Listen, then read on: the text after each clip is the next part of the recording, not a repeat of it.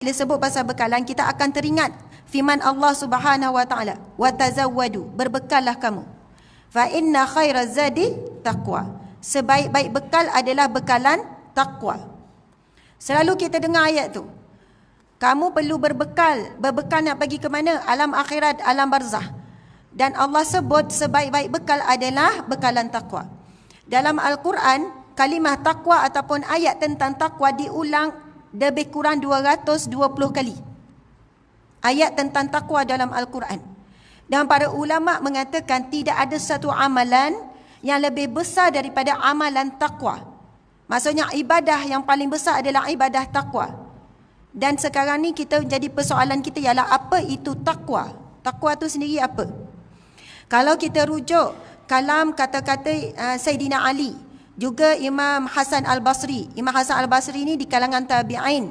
Jadi kemungkinan besar Imam Hasan Al-Basri ni dia dapat kalimah ini daripada Sayyidina Ali radhiyallahu anhu, Sayyidina Ali.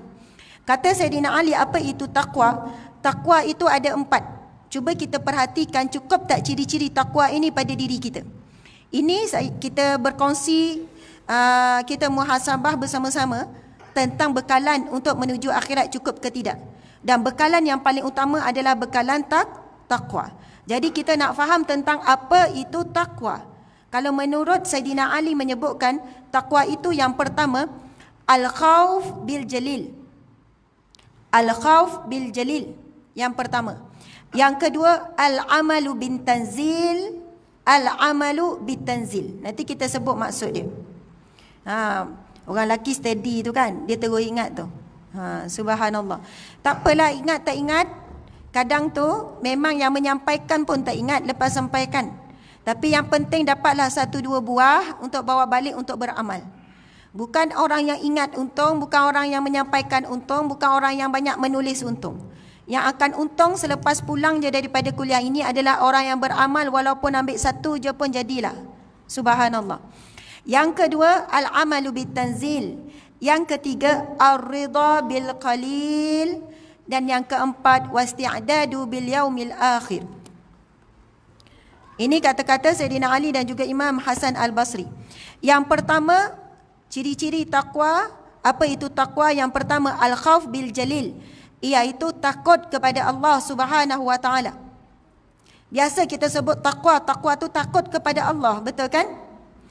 Kalau takut kepada harimau, kita lari. Takut pada hantu, buka lampu. Betul tak? Masa lalu kok hantu, ada hantu, padahal tak pernah jumpa hantu.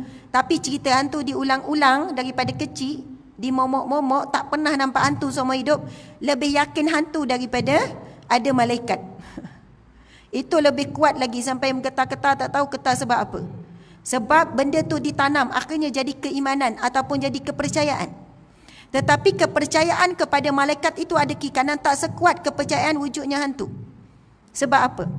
Sedangkan keyakinan tentang adanya malaikat ini disebut dalam Al-Quran, dalam hadis Nabi dan sebagainya.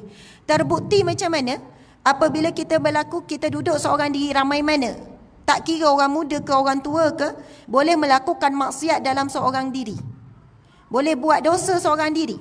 Lagi-lagi bila ada telefon zaman sekarang kan, tak kira orang tua ke, orang muda ke, boleh berwhatsapp, bermesej, berunsur-unsur melampaui batasan, bermesra di mesej, laki perempuan, tuan haji, hajah, tak kira siapa-siapa.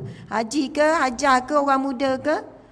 Mungkin bermula dengan tanya khabar dan sebagainya. Ramai mana orang tua hari ini pun terlibat dengan melihat benda-benda pornografi, benda-benda lucah. Ramai orang muda mengadu pada saya, ayah dia dah tua dah. Sebab tua baru jumpa telefon ni. Dulu tak ada telefon. Sekarang nak masuk internet sebab nak suruh WhatsApp. Lepas semula lah, dulu tak tengok benda-benda yang lucah contohnya. Minta maaf lah. Kadang ada menantu cerita, bapak mertua dia ketagih tengok benda-benda lucah, bangun tengah malam duduk tengok dan sebagainya. Ini berkaitan dengan apa? Hilangnya keyakinan Allah ya basir, Allah yang maha melihat, Allah ya sami, Allah yang maha mendengar. Hilangnya keimanan bahawasanya ada malaikat kiri dan kanan. Kadang-kadang ramai mana manusia, tak kira orang muda ataupun tua, di luar orang tengok dia orang yang soleh, orang tengok dia seorang yang warak, orang yang alim, tapi di rumah akhlaknya sangat buruk dengan ahli keluarganya. Seorang isteri boleh tinggikan suara, tak hormat pada suami. Di luar dia orang yang terhormat. Seorang suami di luar, orang sebut dia mungkin panggilan ustaz ke, tok guru ke dan sebagainya, apa-apa sajalah, tuan haji ke, dilihat sangat soleh dan sebagainya. Bila di rumah dia melakukan kezaliman terhadap isteri ataupun anak-anak, tidak berlaku adil dan sebagainya. Maksudnya hilangnya apa? Keyakinan bahawasanya Allah ya basir, Allah maha melihat. Keyakinan bahawasanya malaikat sentiasa mencatat. Subhanallah. Jadi bila kita sebut al-khauf bil jalil, takut kepada Allah, ia bukan sebagaimana kita takut kepada makhluk. Takut pada harimau lari, takut pada ular lari jugalah kan, panggil bomba ke kan. Tapi takut kepada Allah membawa maksud kita semakin dekat dengan Allah. Takut pada makhluk, menjauhi makhluk. Takut kepada Allah, semakin dekat dengan Allah Subhanahu Wa Taala. Persoalan hari ini, kita sendiri tak kenal pencipta kita, iaitu Allah Subhanahu Wa Taala. Contohlah kalau budak-budak umur setahun lebih, dia tak kenal lagi ular, betul tak? Ular masuk dalam rumah, dia buat apa? Dia mungkin pegang, dia main, betul kan? Dia lilit, dia ni tak tahu ular tu benda yang bahaya. Dan akhirnya ular tu boleh membelit ataupun matuknya membinasakannya. Sama juga hari ini ramai mana orang hidup tak kenal Allah Subhanahu Wa Taala. Jadi tak rasa cinta kepada Allah dan tak rasa takut kepada Allah. Bahkan membaca ayat-ayat berkenaan dengan azab Allah dalam Al-Quran tak rasa apa-apa. Cuma berdesi je. Takutnya. Maksudnya kurangnya keyakinan. Soalannya kita baca hanyalah cerita-cerita saja. Ia tidak menjadi kekuatan keyakinan. Kalau sahabat Nabi SAW, bila baca ayat Al-Quran berkenaan dengan neraka, mereka akan menangis sampai pengsan.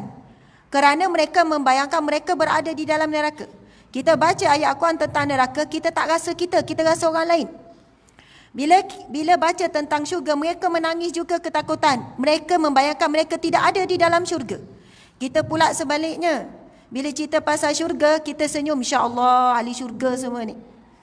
Umpamanya begitu. Rupanya iman kita sangatlah rendah, sangatlah menipis. Subhanallah.